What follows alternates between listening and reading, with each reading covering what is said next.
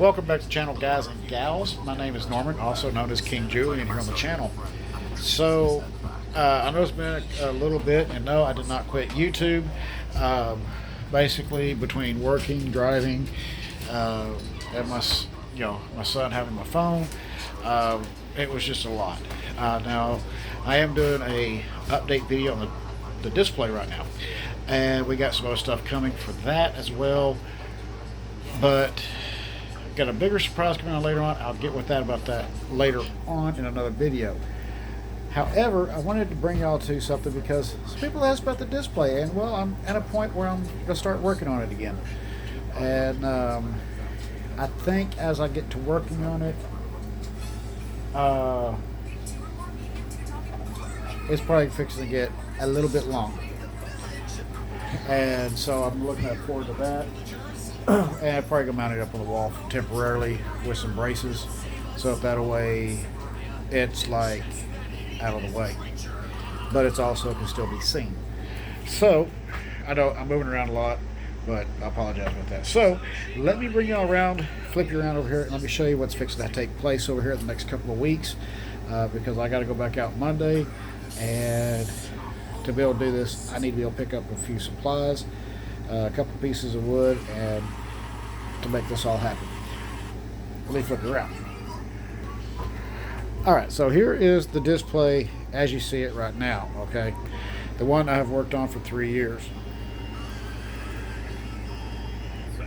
Alright, so again, this is what y'all saying right there. Sorry about that, I had an incoming call, so I had to put a pause on it. But I finally got what I was looking for at a very nice price. This is S-scale track. Now this was found in a barn. I paid $10 for 61 pieces, which are going to be enough to do what I need to do, and then I'm going to sell off the rest. Got a general idea here. Yeah, let's see if we can make this work here real quick. Here's what we're going to do. We're going to move this. Put this right there. This up underneath it. Okay, so just kind of give you a quick overview of what's going on here. Okay, so this S gauge track is going to represent your narrow gauge. Now there will be a cross dock in here, and your S gauge will come in here because it is smaller than the true scale models. It'll actually work out kind of pretty nice, okay, except for we're going to go with a little bit of modern day touch on that narrow gauge. So this will actually come out about right here, and there will be a cross dock in there. And then, yes, my desk is a mess right now. Do apologize for that. And then, so tell me what the curve, please. It's straight. That's straight? Not here, curve. Yeah, what's that shape at? Sorry, I can just set it right there. Give me just 1 second here. My son's getting me a hand here. Perfect. Give me $5. Give me $5 because I have to. And then right over here, now these two rails right here will be conjoined by a Y, and then there'll be a third track back over here. Now what my thought process behind this all is as this cross dock comes out, this is going to start coming this way. At some point somewhere, this is actually going to cross. So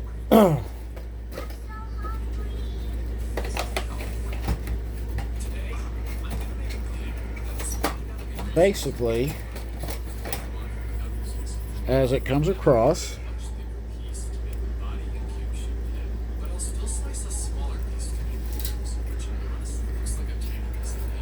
it will actually wind up crossing the tracks right here.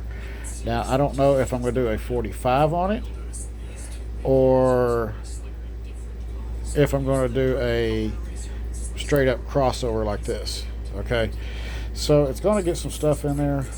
I will have to order a Y switch. I'm not going to use the Ross or Gargrave switches on this, because this is a display, and again, it could wind up later on being tied into a layout. Who knows? But I can use an MTHY right here because of the dark plastic, because I still got to come in here on this side and actually do some black wash on it, and that will actually bring the Y with the third track over here, the 2, and the cross dock right over here, and still be able to leave room to do a backdrop across this. So that's what the plan is right now. That's how we're going to work with it, and just take it one thing at a time and do the whole cross dock. Now, whether or not I actually put power to the cross dock, I do not know, but the crossover could change just due to the fact the amount of cutting and the height gauging and stuff like that I'll have to do to make sure this all wraps around. So there you have it. There's the up-down the display. That's what I've been holding off on. A lot of people are like, you've got to kind of go a little crazy with this, but 3 years in the making on this. Yeah, I'm kind of went a little bit crazy. And just so you get the general idea of why I'm using the S gauge, let me show you. That is a perfect representation of narrow gauge.